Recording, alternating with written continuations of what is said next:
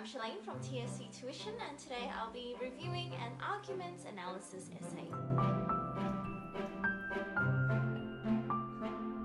Today's argument analysis essay comes courtesy of an ATAR Notes member called Vaish S.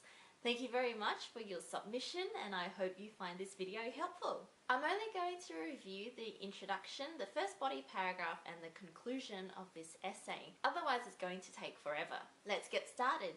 The introduction looks okay to me. It's not spectacular, but it does the job. There's a few things that I think would make it a stronger introduction. So for example, that first opening sentence I think could ease the reader in just a little bit more gently into the issue, rather than jumping straight into, in light of the death penalty, maybe something about the drug dealers being convicted, that they're the leaders of the Bali Nine, something like that would just make it a bit more of a gentle reading experience. In that second sentence, I also prefer that the publication publishes an article by a journalist rather than the journalist publishes an article in a publication, because it's really the publication's choice whether or not they run a piece rather than the journalist deciding whether or not a piece gets run. The identification of the audience I think is also missing just a little bit something.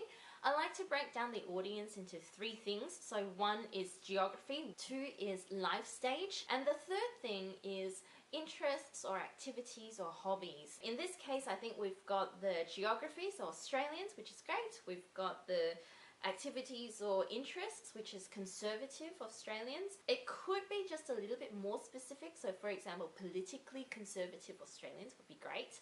But that life stage is really missing there, and I would prefer to see it in that introduction. The identification of the tone is also a little bit too general for me. It needs to be just a bit more specific to really show your teacher that you know exactly what you're talking about. So another descriptor in there would be great, like in an openly critical tone would be fantastic. The contention is a little bit short for me. I would prefer to see it broken down into two parts, the problem and the solution. In this case, we've got the problem that the death penalty is not a suitable punishment, but then there's no solution. If you read the article, it's clear that the solution is that Australia needs to take some form of action to protest this. Those last two sentences, in conjunction with the text, is a visual, in response to the text is a comment which contradicts Dick's stance, is also a little bit too abrupt to be the ending of an introduction. Remember that an introduction needs to ease the reader into that first body paragraph. So I should feel very prepared to read that first sentence of the body paragraph, which the last two sentences is a little bit too choppy to achieve that effect in me. In that first body paragraph, I really like the use of the word postulates, that the death penalty is too harsh. Excellent use of a verb. However, there's no proof in terms of a quote to support this interpretation.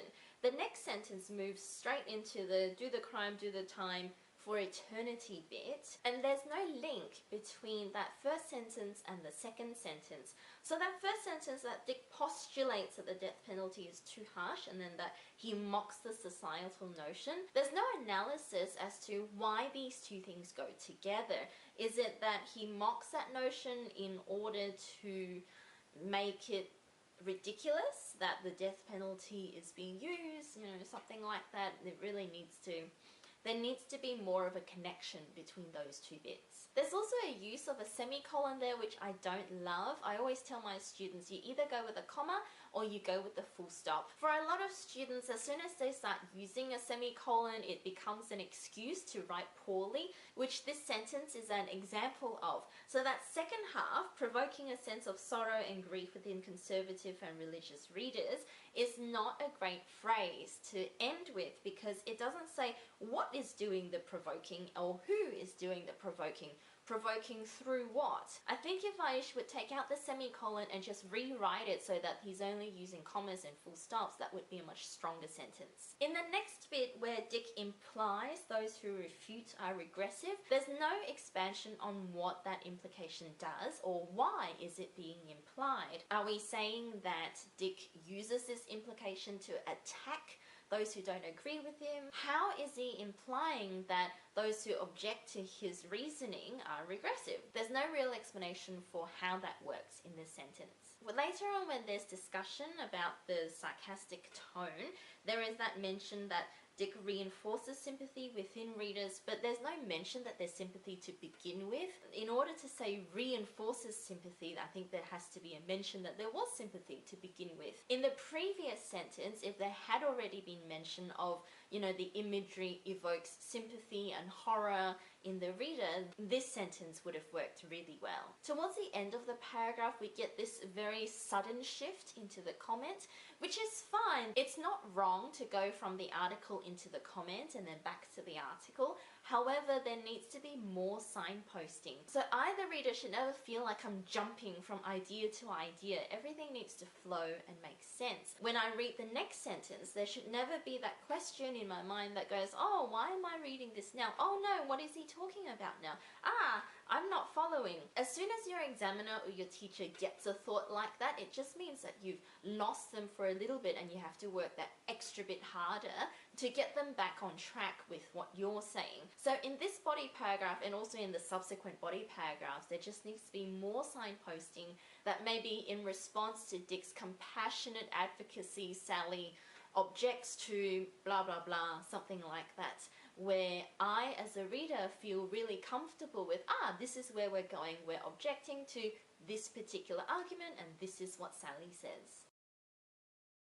Conclusions are very much like introductions. They're really there as a convention rather than analysis. However, in this particular conclusion, there is not enough summarizing of the relationship between the article, the visual, and the comment. So there really needs to be more expansion on how these three pieces are interacting with each other in terms of the arguments and techniques that are being used. Overall, I think it's a really good draft, particularly as this draft comes at the beginning of the year, which means that there's plenty of time to work on refining some of those writing skills. So I hope you found that helpful. Follow all my social media if you want to see more content like this. And if you'd like to get some one-to-one tutoring in the eastern suburbs of Melbourne, please contact us and we can send someone out to you. Thanks for watching.